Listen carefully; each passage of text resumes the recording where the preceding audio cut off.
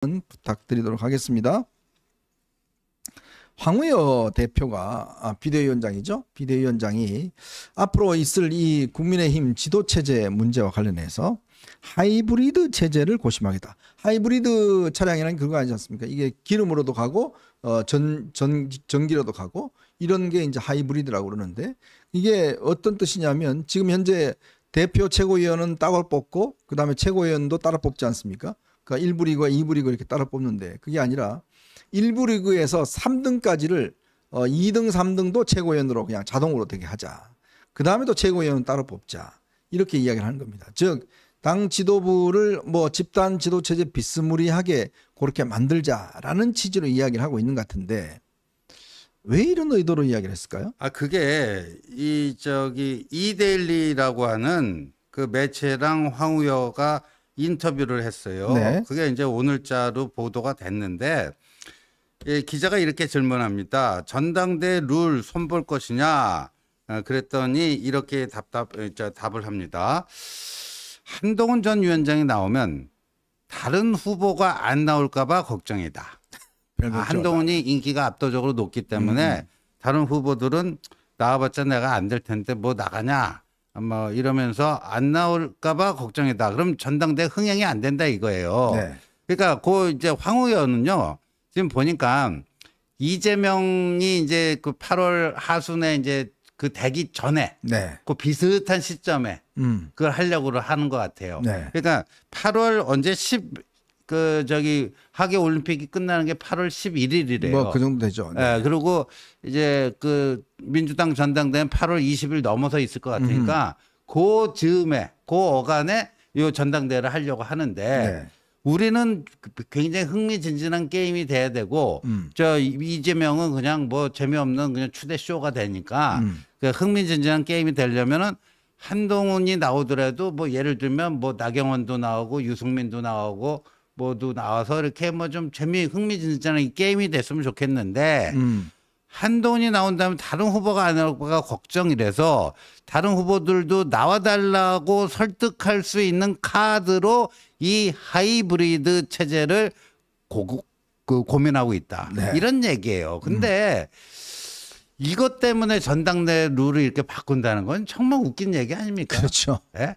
그리고 방금 전에 우리가 이재명 마음대로 하게끔 모든 거를 다 바꿔준다는데 저쪽은 그 이재명 그 1인 체제, 유일 체제를 위해서 그 뭐 권한을 강화시켜 주는데 이거는 뭐예요? 한동훈 견제를 위해서 전당대 룰을 그런 식으로 손보겠다는 거 아니에요?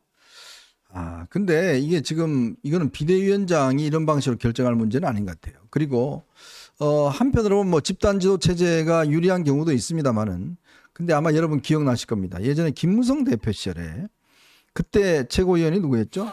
서청원, 네. 김태호 네. 뭐 이런 분들이 최고위원 했잖아요. 맨날 싸웠습니다.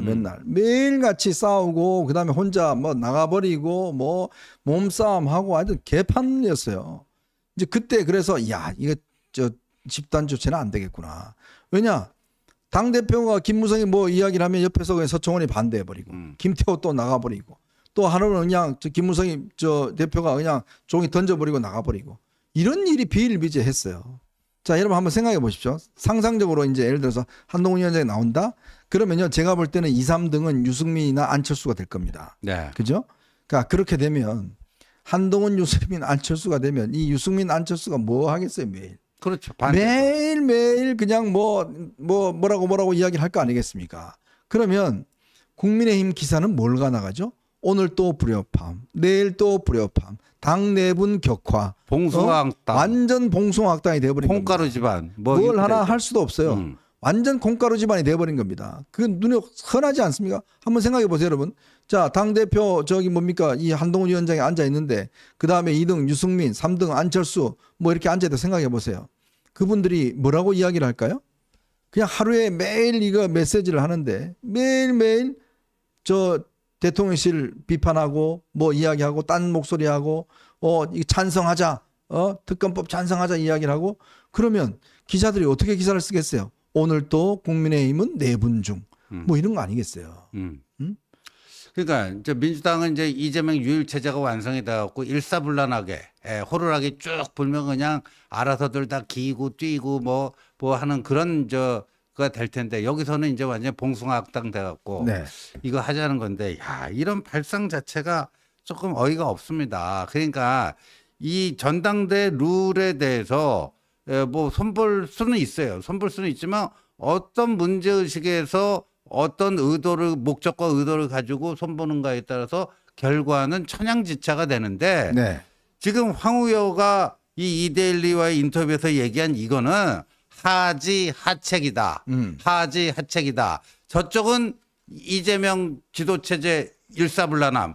이쪽은 그냥 중구난방. 일사불란 대 중구난방. 예?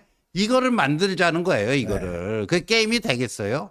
그러면요, 바로 이게 국민의힘은 무너집니다. 이 정부 여당이 무너져요.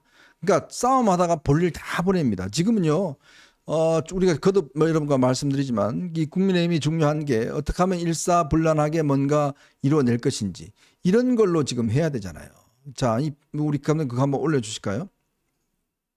예전에 새누리당 때 저런 게 있습니다. 새누리당 때 순수 집단 지도체제였어요. 당대표하고 최고위원을 한 리그에 선출하고 1등은 당대표, 2등에서 5등은 최고위원 된 그런 전력이 있습니다.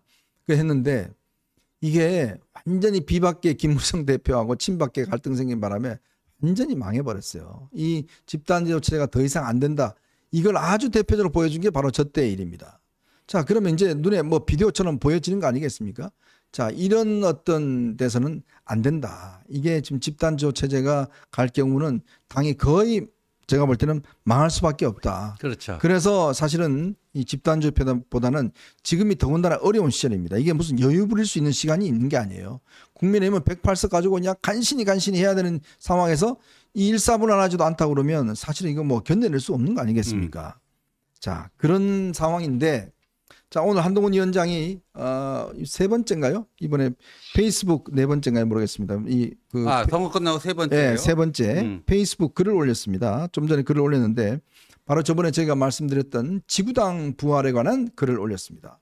사태기가 만연하던 20년 전에는 지구당 폐지가 정치개혁이었습니다.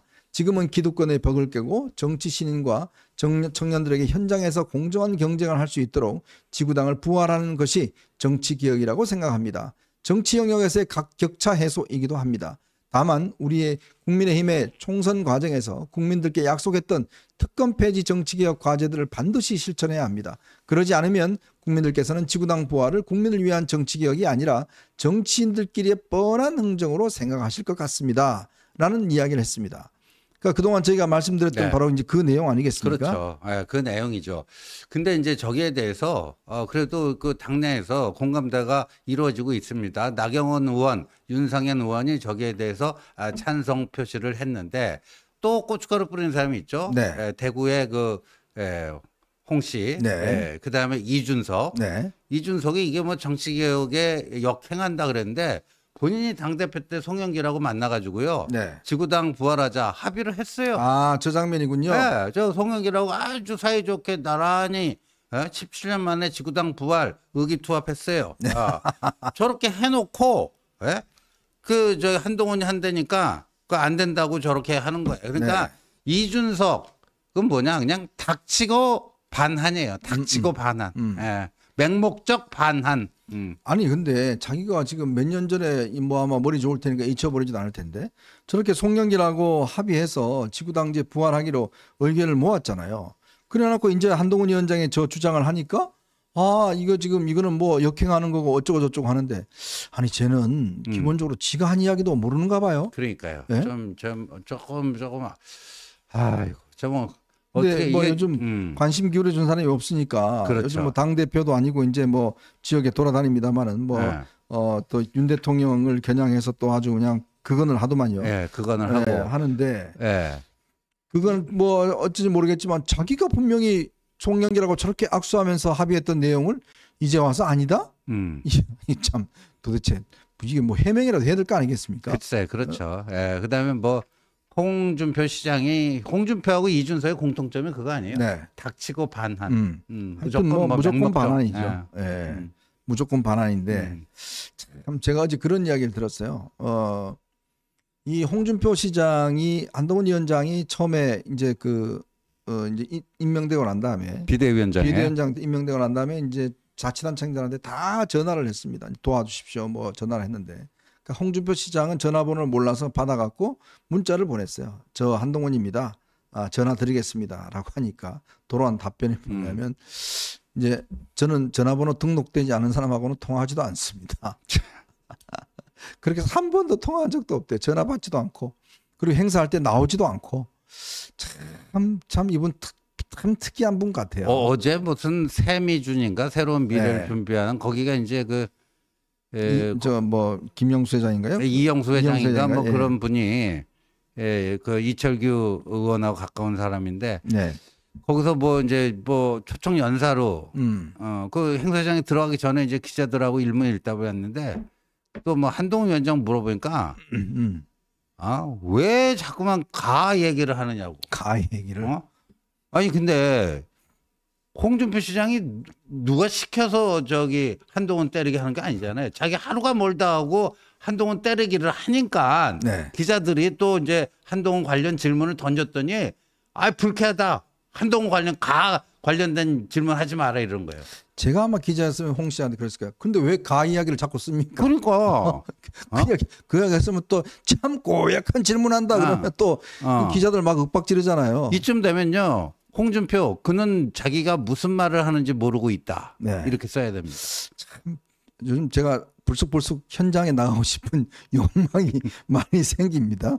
많이 생기는 게 이게 참 요즘 보면 참 자기 옛날에 했던 거하고 전혀 반대로 이야기를 하는 사람들이 꽤 있어요. 그날 무슨 일을 했는지 우리는 잘 알고 있기 때문에 그렇게 나가서 아마 저렇게 이야기하면 아마 현장에서 한번 들이받고 싶은 심정들이 있는데 왜냐하면 현재 기자들은요 잘 몰라요. 그렇게 또 윽박지르면 기자들이 잘 질문을 못 합니다. 그리고요. 그러니까 이제 뭐 우리 같은 이제 좀 아는 사람들이 가서 말 한마디 하면 좀 이렇게 세게 질러주면 좀 되는데. 그리고 어제 또 그 얘기를 하더라고요. 이 당에는 전사가 없다. 이 당에는 전사가 없다 하면서 자기 그때 같이 활약하던 이재호, 김문수, 홍준표 이 서희가 마지막 전사였다 그랬잖아요. 네네. 제가 이제 비화 하나 말씀드릴게요. 네. 2008년에 그 민주당이 총선에서 81석으로 쪼그라들었습니다. 그랬더니 이제 그 광우병 뇌송송 구멍탁으로 그거 가지고 어떻게 해보려고 말이죠. 원구성 협상에도 비협조적이고 막 이랬어요. 네. 근데 그때 홍준표가 18대 국회 1기 원내대표를 했습니다. 맞아요. 1기 원내대표를 했는데 제가 진짜 잊혀지지 않는 게요. 의원총회에서 뭐라고 그러는 줄 아세요? 국민이 회초리를 들고 때리려고 하면 우리는 무조건 맞아야 됩니다. 그러니까 뇌송송 구멍탁 거기에 대해서 고개 숙이고 우리가 무릎 꿇고 뭐 해야 된다. 네. 이 얘기를 한 거예요. 그게 투항주의예요. 투항주의. 네. 여러분 뇌송송 구멍탁이 그게 다 날조된 악의적인 선동이었다는 게 다 이제 입증이 된 거 아닙니까? 네.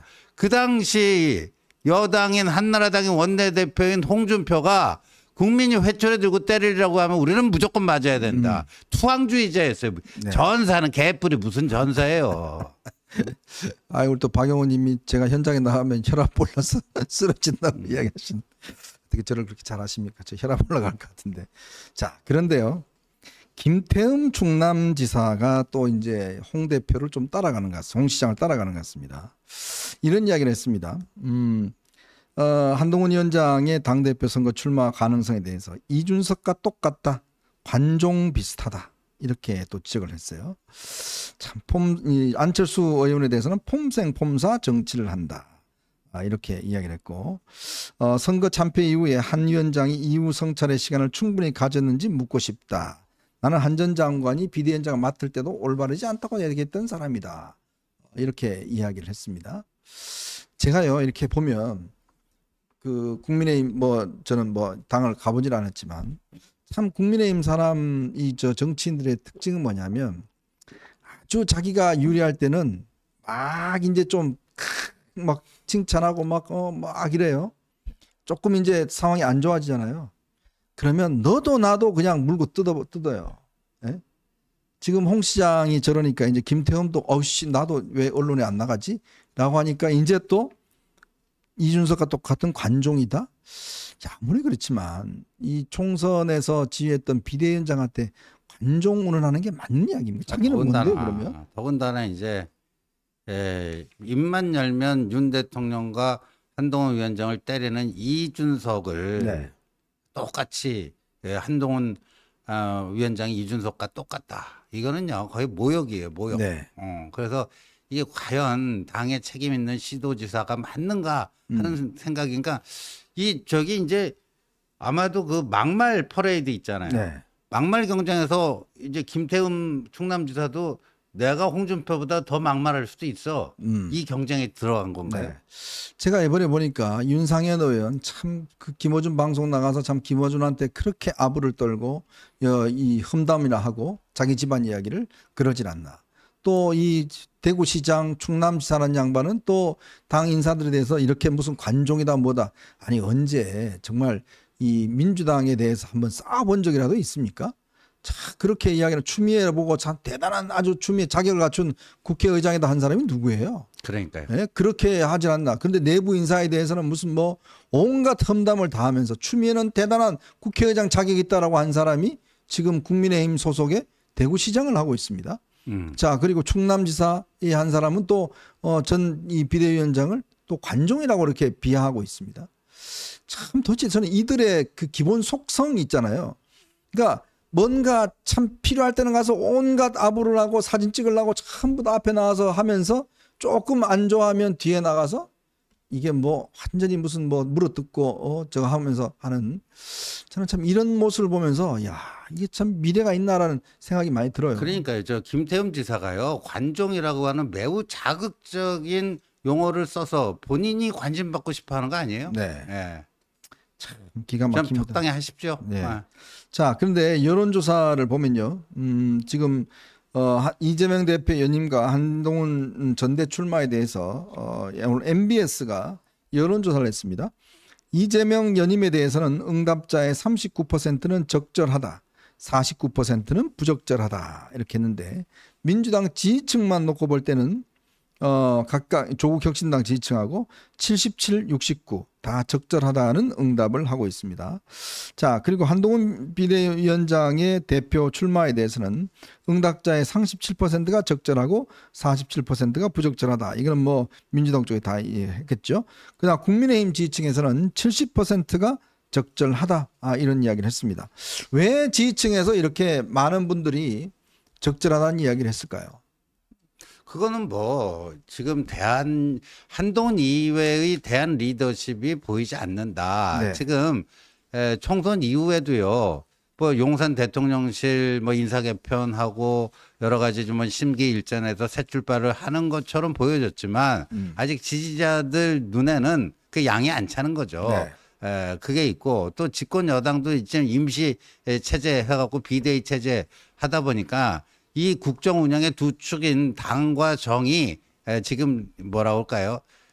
이 지지자들이 볼 때는 이거 갖고는 좀 부족하다. 네. 그런 판단에서 한동훈 그래도 이런 위기 상황에서 한동훈이 나서서 뭔가 역할을 해야 되는 거 아니냐. 네. 이런 식으로 흘러가는 거라고 봅니다. 네. 그러니까 뭐 저는 그렇게 봅니다. 이게 지금 국민의힘이 어쨌건 이런 식으로 가다가는 제가 볼 때는 정말 한 건 한 건 막다가 볼 일 다 볼 것 같아요. 이게 지금 좀 더 큰 그림을 그려야 되는데 국민의힘이. 근데 지금 하는 지도부 행태나 이런 걸 보면 한 건 성공하면 좋아하고 또 그 다음 또 한 건 하고 이제 이런 식으로 해갖고는 계속 끌려다닐 수밖에 없습니다. 자, 그러다 보니 이거를 지금 국민의힘에서도 정말 전략적으로 이렇게 흘러가면은 결국은 국민들에게 국민들 호응을 받을 수가 없어요. 그렇죠. 네. 국민들의 호응을 받을 수가 없고 그래서 참 이게 보니까요. 이 중진들이 문제예요. 홍준표 대구시장, 김태흠 충남지사, 네. 김어준 방송에 출연한 윤상현, 공수처 수사보고 특검 할 수 있다는데도 굳이 말도 안 되는 독소조항 들어있는 그 특검법에 찬성한 안철수, 네. 예. 뭐 이런 사람들. 이 중진들의 난이에요, 지금. 이 국민의힘의 지금 최대의 문제는요. 바로 중진들이에요. 중진들이 계속 그냥 뻑수 두고 뻘짓하고 이래갖고 당에 누가 되고 있잖아요. 그리고 이 중진들의 난이 오히려 한동훈을 부르고 있어요. 뭔가 정리를 해줘야 된다. 정리가 해야 된다. 중심이 서야 된다. 이런 아마 요구들이 이제 특히 이 지지층들이 많이 있지 않겠습니까? 이제 그런 것들 때문에 이렇게 자꾸 이제 이 뭔가 이번 전당대회에 이 요구를 하는 목소리가 높아지지 않나 하는 생각이 듭니다. 참 저는 이 정치를 이렇게 오래 하셨다는 분들이 이렇게 자기 내부를 이렇게 갈라치게 하는 이런 현상들 그런다고 그게 또 통하는 것도 아닙니다. 글쎄요. 그죠? 지금 뭐 저렇게 비난한다고 해서 뭐 지지율이 떨어지거나 뭐 이런 것도 아니잖아요. 그렇죠. 그런데도 불구하고 이렇게 할까라는 참 생각이 많이 듭니다.